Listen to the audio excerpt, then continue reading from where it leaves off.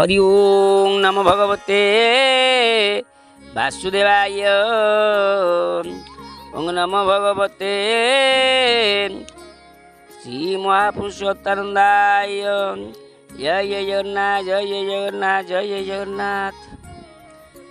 आम आलोचना करते मातृघर पिलाटी केमी जन्म हो प्रथम दिन में कौन द्वितीय दिन कौन प्रथम मसरे कौन दिन पर मास पर ए जो अवतार सब रूप हयंती भगवान जो रूप हंती 10 अवतार से 10 अवतार पिला गोटे जाए हए ताल प्रथम मास को अवतार द्वितीय मास को अवतार देखा। प्रथम मासरे मत्स्य रूप है द्वितीय कूर्म रूप तृतीय बराह मूर्ति से धरिला रहीन मातृगर्भरे। अरे चतुर्थ मासरे नृसिंहावतार पंचमे बामन हेला षष्ठरे परशु राम अवतार सप्ते राम बोलाइला। प्रथम मासरे मत्स्य रूप है द्वितीय कूर्म रूप तृतीय बराह मूर्ति चतुर्थ कहले ना नृसिंह अवतार पंचम बामन। अरे षष्ठ परशु राम अवतार सप्तमे राम होइला षष्ठ परशुराम अवतार कारण त्रेता जुगे सब जुगे गोटे गोटे अवतार त्रेता जुगे 2टा अवतार परशुराम अवतार और राम अवतार।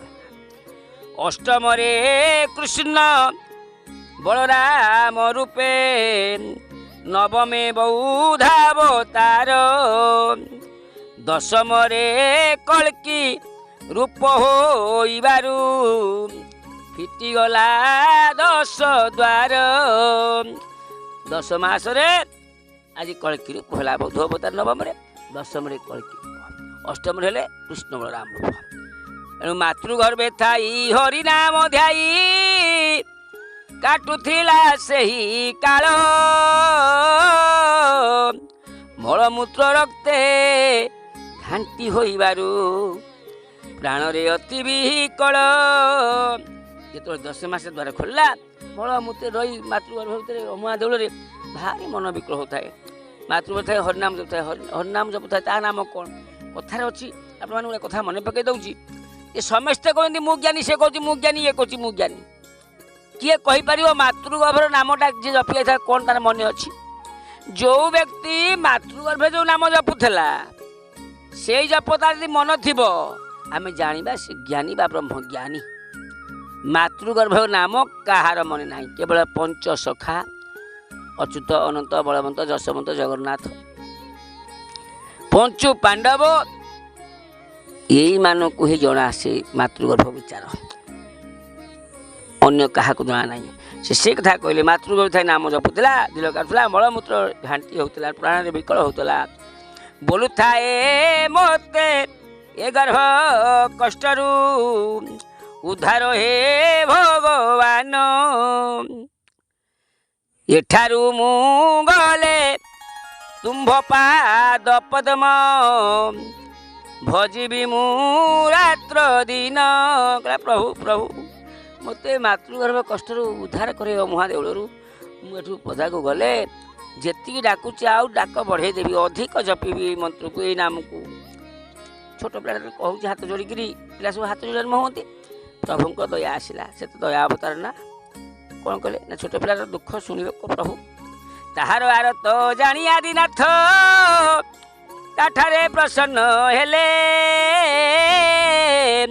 10 मास पूर्ण होइबारु गर्भ कष्टरू धार कले। प्रभु कहले पिला कहूँ डाक बोली आ मत मिछे कहूँ बाहर कर पदा को मत बेसी डाक राम नाम मुखे जप करी करी बाहर बेले सही घू घू शब्द रे प्रखर पवन बहिला क्षणे न रही नाम छाड़ी दे शब्द को शुणते भूमि रे आसी पड़िला जोग माया बसी थिबारु श्रेष्ठारे यही माया भी आइला। जेते बळे घू घू शब्द 10 द्वारा खोलची पवन बहिची नाम जपुला नाम छाड़ दे ଯେ ନାମ ଛାଡ଼ି ଦେଇଛି ଆସି ତଳେ ପଡ଼ିଲା, ଭୂମିଷ୍ଠ ହେଇଗଲା। ସେହି ସମୟ ଯୋଗମାୟା ଅର୍ଥ ମା ବସିଥିଲେ। କହିଛି ପ୍ରଭୁ ମୁଁ ଡାକିବି ତମକୁ। ଯେତେବେଳେ ପିଲାଟି ଜନ୍ମ ହେଇ କୁଆଁ କୁଆଁ ଶବ୍ଦ କରିଛି, ମା କହିଲା ହେଲେ ମୋ ପୁଅ କାନ୍ଦିଲାଣି ଲୋ, ମହୁ ପାଣି ପିଆ, ଅମୁକ ପିଆ, ଯାହା ଆଜିକାଲି ଟ୍ରାଡ଼ିସନରେ ପିଆ, ତାକୁ ପୋଛିପାଛି ଦେଇ ତାକୁ ସାବୁନରେ ଗାଧେଇ ଦେଇ କ'ଣ ହେଲା, ଯୋଗମାୟା ଯେତେବେଳେ ବସିଥିଲେ ଭୂମିରେ ପଡ଼ିଣ କୁଆଁ କୁଆଁ ଶବ୍ଦେ ପୂର୍ଣ୍ଣ କରିବାରୁ ଘର ଦେଖିବାକୁ ଆସି ପ୍ରବେଶ ହୋଇଲେ ଥିଲେ ଯେତେ ପରିବାର। ଯେତେବେଳେ ସେ ଗର୍ଭଗୃହରେ ପଡ଼ିଯାଇ ତଳେ ମାତୃଗର୍ଭରୁ ପଡ଼ିଯାଇ କୁଆଁ କୁଆଁ କୁଆଁ ରାବ ଦେଇଛି, ପାଖ ପଡ଼ିଶା କିମ୍ବା ପ୍ରିୟଜନ ନିଜ ପରିବାର ସମେତରେ କ'ଣ ହେଇଛି ନା ପୁଅଟି ହେଇଛି, ଯେ ସୁନ୍ଦର ପୁଅଟି ହେଇଛି, ଆଉ ଯିଏ ମୋ ପାଣି ପିଆ, ତାକୁ ପୋଷିବା ଦିଅ, ଟାୱେଲ ଆଣ, ତା ନାହି କାଟ। ଏମନ୍ତ ଅଟଇ ଗର୍ଭର ବିଚାର ତୁ ଆଗେ କହିଲି ବୀର, ସେ ବ୍ରହ୍ମ ବିନ୍ଧାଣି ଏପରି ଅଟଇ ନାଇଁ ତାର ପାଦ କର।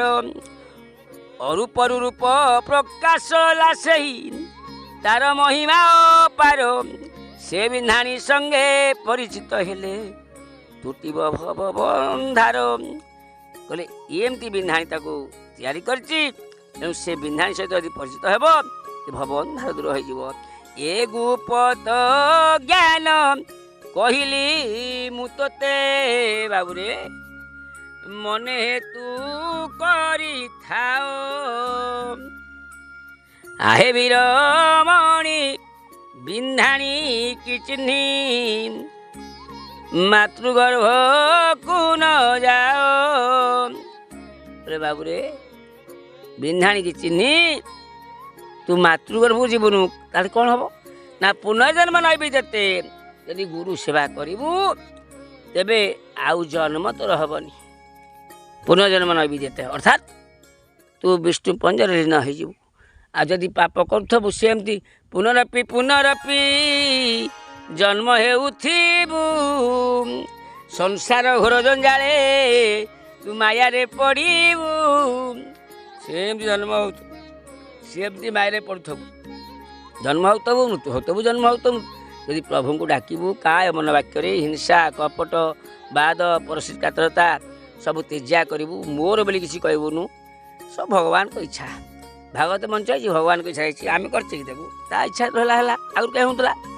ଆଜି 40 ବର୍ଷ ହେଲାଣି ମୁଁ ମାଆଙ୍କ ପିଠରେ ଅଛି, ମୁଁ ପିଠ ନିର୍ମାଣ କରିଛି, ଆମିଷ ଖାଉନି, ରସୁଣ ପିଆଜ ଖାଉନି, ତା ଘରେ ଖାଉନି, କୌଣସି ପାଖରେ ଖାଉନି, ପଙ୍କ୍ତି ଭୋଜନରେ ଖାଉନି, 40 ବର୍ଷ ହେଲାଣି।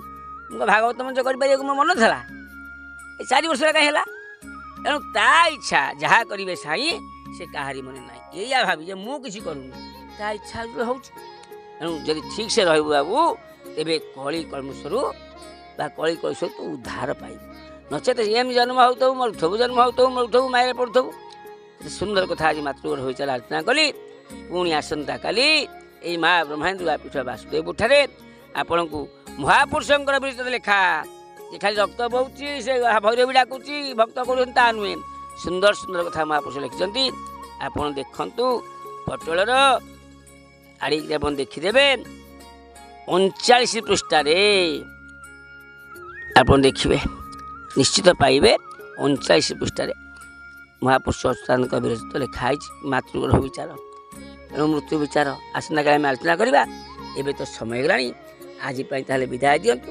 ହରି ହରି ଘୋଷ ହରି ନାମେ ରସ, ହରି କରିବେଟି ପାରି, ହରି ନାମ ବିନା ନାହିଁ କିଛି ଆନ, হরি যে পথ সংখালি बोल हरि बोल हरि बोल बोल हरि हरि बोल हरि बोल हरि बोल बोल हरि हरि हरि करी बेटी बाबू पारी बोल हरि बोल हरि बोल बोल हरि हरि हरि बोल हरि बोल हरि बोल हरि बोल बोल हरि बोल हरि बोल हरि बोल हरि बोल हरि बोल हरि बोल हरि बोल